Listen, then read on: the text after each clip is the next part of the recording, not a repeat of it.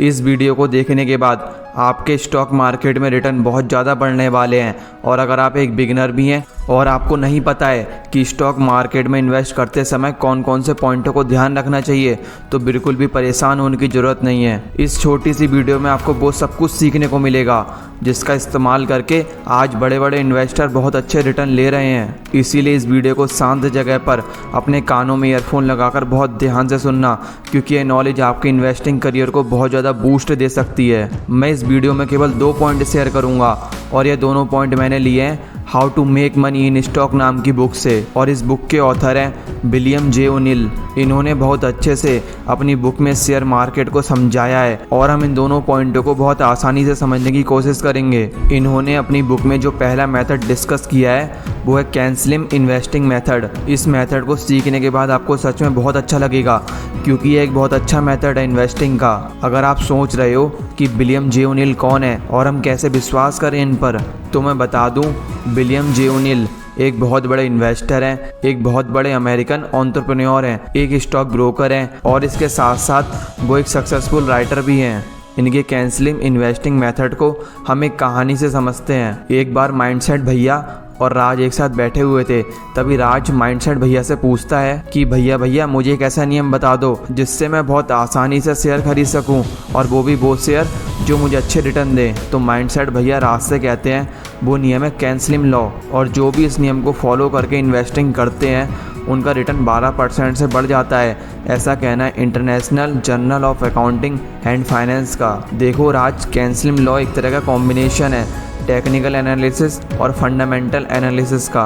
William J O'Neill ने पूरे 130 साल तक स्टॉक मार्केट को एनालाइज करा।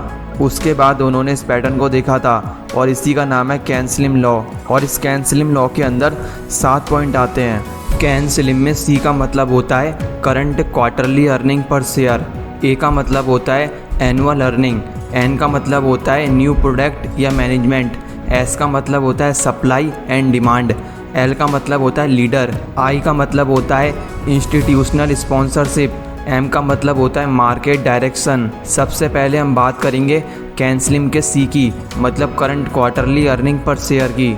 ऑथर ये बोलते हैं कि हमें केवल उन्हीं कंपनियों के शेयर्स को खरीदना है जिनकी current quarterly earning per share 20% या 25% से ग्रो हो रही हो, मतलब उनका EPS 20% ज़्यादा होना चाहिए पहले क्वार्टर से। अगर ऐसा नहीं दिख रहा है किसी कंपनी में तो उसमें इन्वेस्टमेंट ना करें। राज माइंडसेट भैया से पूछता है भैया ये अर्निंग पर शेयर क्या होता है?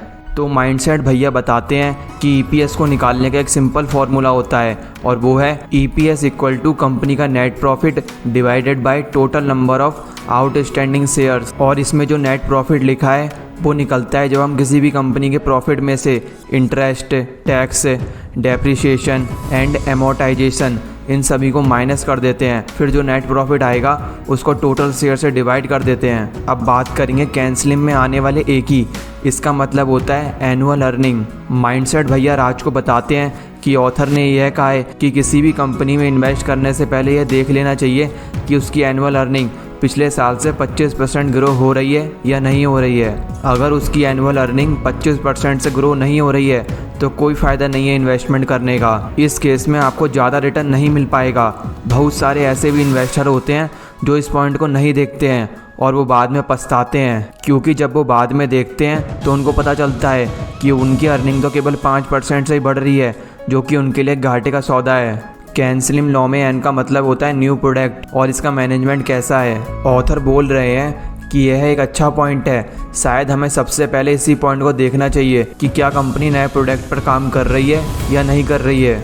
देखो, कंपनी का फ्यूचर में शेयर प्राइस तभी बढ़ेगा जब वो नया प्रोडक्ट लॉन्च करेगी। उसके न्यू प्रोडक्ट को देखकर यह पता चलेगा कि कंपनी अपने फ्यूचर को लेकर कितना ज़्यादा सीरियस है। और इस पॉइंट को राकेश झुनझुनवाला भी बताते हैं। मेरा सबसे ज़्यादा स्टैक है वो है टाइटन कंपनी में। जब मैंने इसमें इन्वेस्ट किया था तब यह शेयर एक पेनी शेयर हुआ करता था। पेनी शेयर का मतलब होता है वो शेयर जो बहुत ज़्यादा सस्ते होते हैं, जैसे 15 रुपये, 20 रुपये। यह बताते हैं कि कंपनी पहले घड़ी बनाती थी, लेकिन ये हल्के हल्के गोल्ड के बिजनेस में भी आ रही थी। मतलब कंपनी कुछ नया ऐड कर रही थी अपनी इनकम को बढ़ाने के लिए। और कंपनी की यह बात राकेश झुनझुनवाला को बहुत ज़्यादा पसंद आई और उन्होंने इसलिए इसमें इन्वेस्ट कर दिया। और यही वो शेयर था जिसने राकेश झुनझुनवाला की लाइफ को सच में बदल कर रख दिया था। इसीलिए जब भी किसी भी कंपनी में इन्वेस्ट करो तो एक बार ये ज़रूर देख लो कि वो कंपनी न्यू प्रोडक्ट मार्केट में ला रही है या फिर नहीं। आपने देखा होगा जितनी बड़ी बड़ी कंपनी होती हैं जैसे अमेज़ॉन, गूगल, एप्पल, ये हमेशा कुछ ना कुछ नया मार्केट में लाती ही रहती हैं, जिससे इनके इन्वेस्टर का इन पर विश्वास बढ़ता रहता है और इसी की वजह से इनका शेयर प्राइस भी बढ़ता रहता है।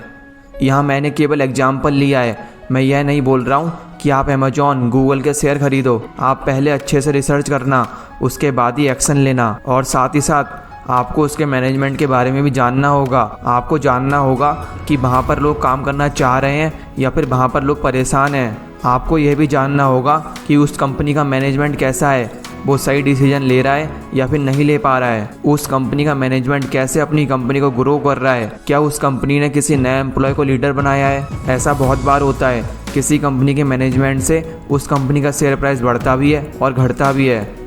एक बार क्या हुआ था, स्टीव जॉब्स को एप्पल से बाहर निकाल दिया था, लेकिन जब बाद में उनको एप्पल में वापस बुलाया तो सच में एप्पल का शेयर प्राइस बहुत ज़्यादा बढ़ने लगा, क्योंकि लोगों को सच में विश्वास था स्टीव जॉब्स पर। कैन स्लिम में एस का मतलब होता है सप्लाई एंड डिमांड। राज बोलता है भैया सप्लाई और डिमांड से शेयर का प्राइस कैसे चेंज हो जाता है। तो माइंडसेट भैया बताते हैं। राज, मान लो कि आपके पास एक चॉकलेट की दुकान है और आपके शहर में केवल 2 ही दुकानें हैं चॉकलेट की, और एक दुकान बंद हो जाती है, तो आपके शहर के सारे बच्चे अब चॉकलेट खरीदने कहाँ आएंगे। राज बोलता है वो अब मेरे पास आएंगे। हाँ ठीक कहा राज, और इसी वजह से तुम्हारी दुकान की वैल्यू भी बढ़ जाएगी। ठीक इसी तरह शेयर मार्केट में भी होता है। आपको उन्हीं स्टॉक में अपने पैसों को इन्वेस्ट करना है जिनकी वैल्यू और डिमांड बढ़ रही है। जब किसी कंपनी के स्टॉक की डिमांड हाई होती है लेकिन उसकी सप्लाई मार्केट में बहुत ज़्यादा कम होती है, तो उस स्टॉक की वैल्यू मार्केट में बढ़ जाती है। लेकिन इसके अपोजिट, अगर किसी कंपनी के स्टॉक की डिमांड लो है और सप्लाई मार्केट में बहुत ज़्यादा है, तब उस स्टॉक की वैल्यू मार्केट में घट जाती है। कैन स्लिम में एल का मतलब होता है लीडर। ऑथर बोलते हैं हमें हमेशा उन्हीं स्टॉक को पिक करना चाहिए जो कि लीडर हों किसी स्पेसिफिक इंडस्ट्री में। जैसे ऑनलाइन शॉपिंग में लीडर है अमेज़ॉन और फ्लिपकार्ट, स्मार्टफोन में लीडर है एप्पल और सैमसंग। अब राज बोलता है कि भैया हम कैसे पता करें कि यह कंपनी अपने फील्ड में सबसे बेस्ट है। तो माइंडसेट भैया बताते हैं कि जिस कंपनी की अर्निंग, सेल्स, डेवलपमेंट ज़्यादा हो रहा है उसी फील्ड की अदर कंपनियों के मुकाबले, तो समझ जाना चाहिए कि यही वो कंपनी है जो हम ढूंढ रहे हैं। कैन स्लिम में आई का मतलब होता है institutional sponsorship. Author William J ओ'नील बोलते हैं कि यह देख लो कि क्या बड़े बड़े इन्वेस्टर इस कंपनी में इन्वेस्ट कर रहे हैं या फिर म्यूचुअल फंड इस कंपनी में इन्वेस्ट कर रहे हैं, क्योंकि यह साइन अच्छा होता है और यह साइन यह बताता है कि आपने जो कंपनी चुनी है उस कंपनी में इन्वेस्टमेंट करने के लिए और भी लोग इंटरेस्टेड हैं, जिससे थोड़ा और भरोसा हो जाता है उस कंपनी पर। कैन स्लिम लॉ में एम का मतलब होता है market direction. Author William J ओ'नील बोलते हैं मार्केट डायरेक्शन का मतलब बहुत सिंपल सा है, यह ट्रैक करो कि मार्केट अभी कौन सी डायरेक्शन में जा रहा है। क्या मार्केट अप ट्रेंड को फॉलो कर रहा है या फिर मार्केट डाउन ट्रेंड को फॉलो कर रहा है। ऑथर ये भी कहते हैं अगर आप ऊपर के 6 पॉइंटों में सही हो, लेकिन अगर आपको यह नहीं पता है कि मार्केट की डायरेक्शन क्या है, तो आप अपने पैसों को खो दोगे। जब बुल मार्केट होता है यानी अप ट्रेंड को फॉलो करता है, तब आप सोचते हो मैं अभी अपने पैसों को नहीं निकालूंगा क्योंकि हो सकता है शायद इसका प्राइस और बढ़े। लेकिन जब मार्केट बियर मार्केट यानी डाउन ट्रेंड होता है, तो आपके बहुत ज़्यादा चांस होते हैं कि आप अपने पैसे को मार्केट से निकालकर फ्री होना चाहोगे। विलियम जे ओ'नील बोलते हैं कि मेरी रिसर्च के हिसाब से 4 में से 3 स्टॉक ओवरऑल मार्केट के ट्रेंड को फॉलो करते ही हैं। ज़्यादातर मार्केट में चेंजेस मेजर जनरल मार्केट के एवरेज और उसके प्राइस और उसकी वैल्यू से आते हैं। सेकंड जो पॉइंट हम इस वीडियो में डिस्कस करेंगे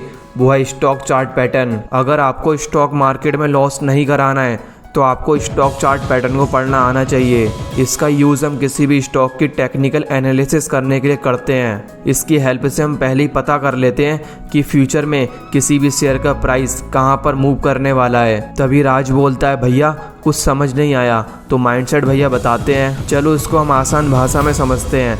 आपने देखा होगा डॉक्टर हमारा MRI करते हैं, हमें अलग अलग तरह से स्कैन करते हैं, फिर वो हमारे करंट स्टेट के पैटर्न को प्रीवियस पैटर्न से मैच करते हैं और मैच करके बताते हैं कि हमें क्या प्रॉब्लम है। देखो इस समय हमारे पास बहुत सारा डाटा है, जिसका इस्तेमाल करके हम बहुत अच्छे से स्टॉक चार्ट के पैटर्न को समझ सकते हैं। आप अभी करंट सिचुएशन में जिस कंपनी का चाहो उस कंपनी का डाटा निकाल सकते हो और एनालिसिस कर सकते हो। और जो बड़े बड़े इन्वेस्टर होते हैं वो इन्हीं डाटा पैटर्न को देखकर अपनी इन्वेस्टिंग करते हैं। वैसे तो इन्वेस्टर कई सारे पैटर्न को देखते हैं, जैसे descending triangle, symmetric triangle, flag, double top, ऐसे बहुत सारे पैटर्न होते हैं। लेकिन ऑथर विलियम जे ओनिल केवल एक स्पेसिफिक चार्ट पैटर्न की बात करते हैं, जो है cup with handle stock chart pattern. इसमें क्या होता है, एक स्टॉक चार्ट का पैटर्न एक कप की तरह दिखता है। चलो इसको थोड़ा समझते हैं। यह जो दिख रहा है यह किसी कंपनी का ग्राफ है। इसमें आप देखोगे कि जनवरी से मार्च तक